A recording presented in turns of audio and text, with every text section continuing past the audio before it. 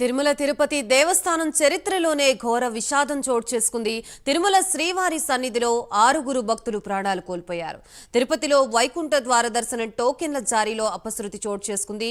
విష్ణు నివాసం, బైరాగి పట్టెడ, శ్రీనివాసం, సత్యనారాయణపురం వద్ద తొక్కిసలాట జరిగింది. తొక్కిసలాటలో 6 భక్తులు మృతి చెందారు. మరో 40 మంది అస్వస్థతకి గురయ్యారు.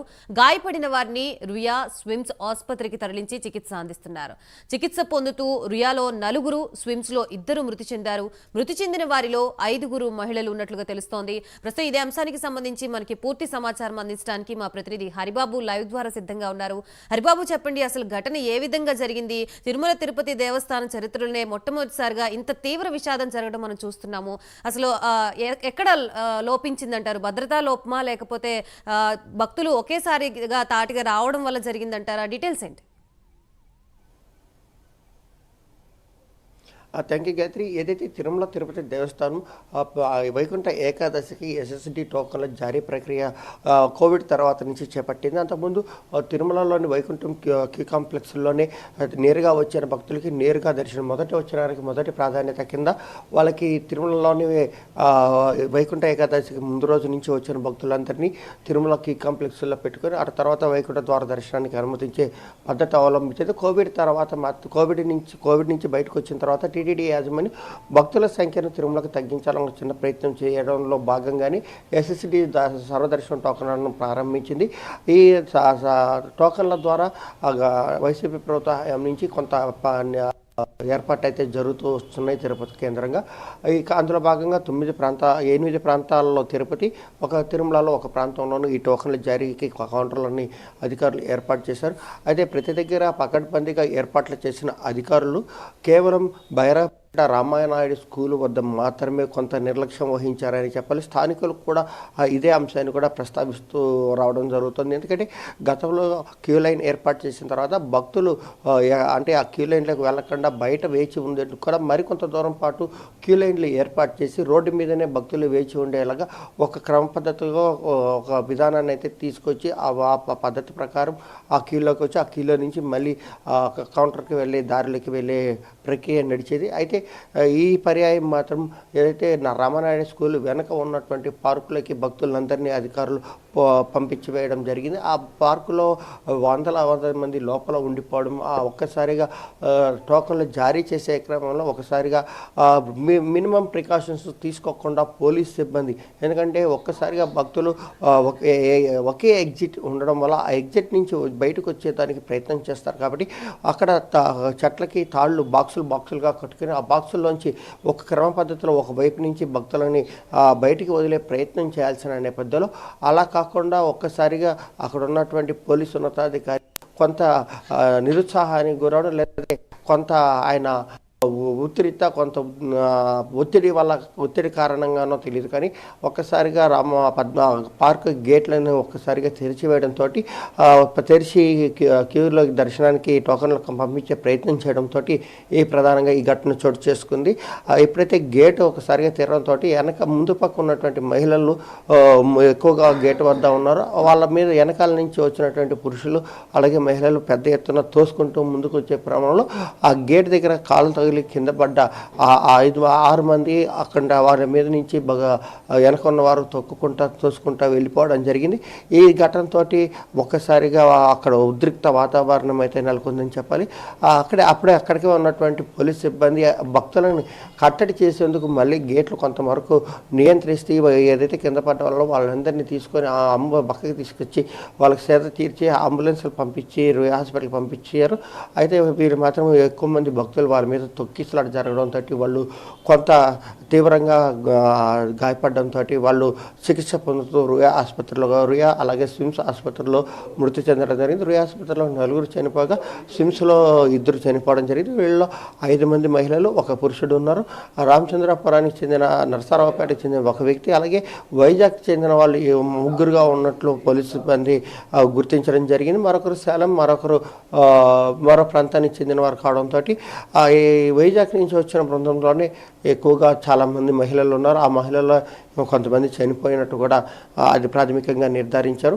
అయితే ఒక పోలీస్ అధికారి తొందరపాటు నిర్ణయం కారణంగానే ఈ స్టాంపీడ్ జరిగిందని చెప్పి ప్రాథమికంగా పోలీస్ అధికారులు ఒక అంచనాకైతే వచ్చినట్టు సమాచారం ఉంది.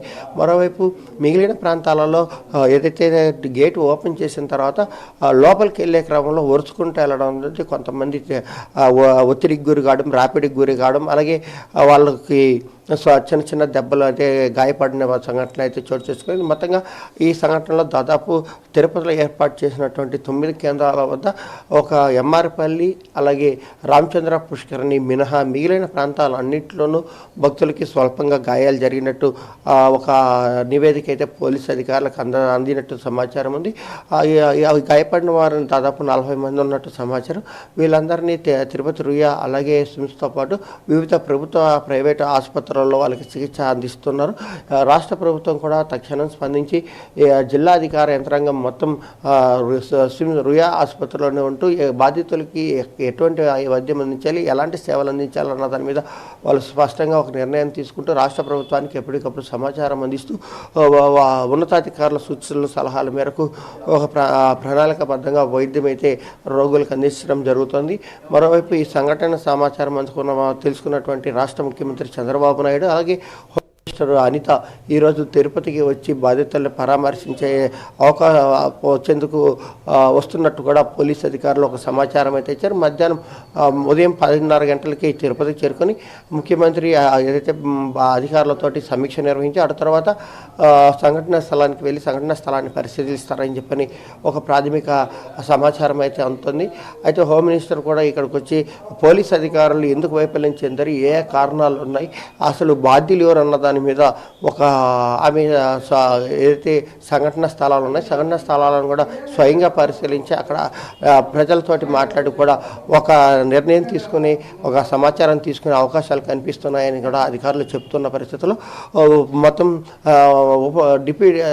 మొత్తానికి రాష్ట్ర ప్రభుత్వం నుంచి పెద్ద ఉన్నత స్థాయి వ్యక్తులు కూడా తిరుపతి బాధితులు పరామర్శించేందుకు తిరుపతికి వస్తున్నట్టు సమాచారం ఉంది. మరోవైపు ఇప్పటికే ప్రతిపక్ష పార్టీలకు చెందినటువంటి నాయకులు ప్రభుత్వ వైఫల్యం ఇది, ప్రభుత్వం సరైన ఏర్పాట్లు చేయలేదు, పోలీసు యంత్రాంగం వైఫల్యం చెందినట్టు ఇప్పటికే ఆరోపణలు అయితే చేయడం మొదలుపెట్టారు. మరోవైపు టీటీడీ చైర్మన్తో పాటు ముఖ్యమంత్రి రాజీనామాకు కూడా డిమాండ్లు చేస్తున్న పరిస్థితి అయితే కనిపిస్తుంది.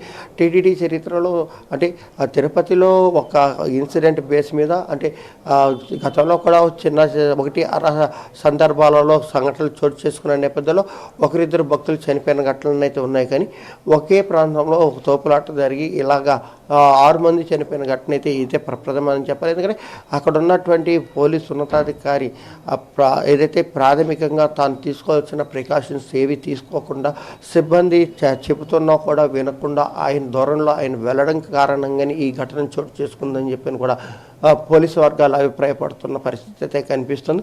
ఈ అంశాలకు సంబంధించి కూడా ఒక ప్రాథమిక ఇప్పటికే తిరుపతి ఎస్పీతో పాటు కింది సిబ్బందికి కూడా ఉన్నతాధికారులు కూడా విచారణకి అంతర్గత విచారణతో పాటు టీటీడీ సిబ్బంది అక్కడ ఎందుకు లేరు, ఏం చేశారు, ఆ సమయంలో ఎక్కడికి వెళ్ళిపోయారు, టీటీడీ సంబంధించిన విజిలెన్స్ సిబ్బంది కూడా ఎక్కడ ఏ ప్రాంతాల్లో ఉన్నారన్న దాని మీద కూడా ఒక విచారణ అయితే అంతర్గత విచారణలు అయితే ప్రారంభమై కానీ జరగరాని సంఘటన జరిగిన నేపథ్యంలో ఈ ఘటనకు సంబంధించి ప్రతి ఒక్కరూ విచారం వ్యక్తం చేస్తున్న పరిస్థితి అయితే కనిపిస్తుంది.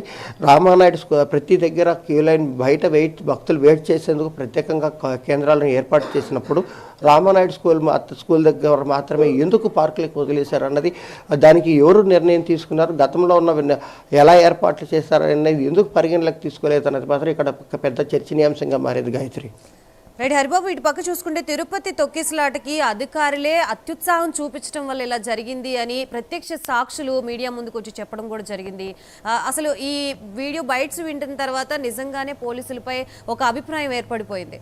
సో పోలీసులపై ఎటువంటి చర్యలు తీసుకునే అవకాశం ఉంది, ఎటువంటి యాక్షన్ తీసుకునే అవకాశం ఉంది?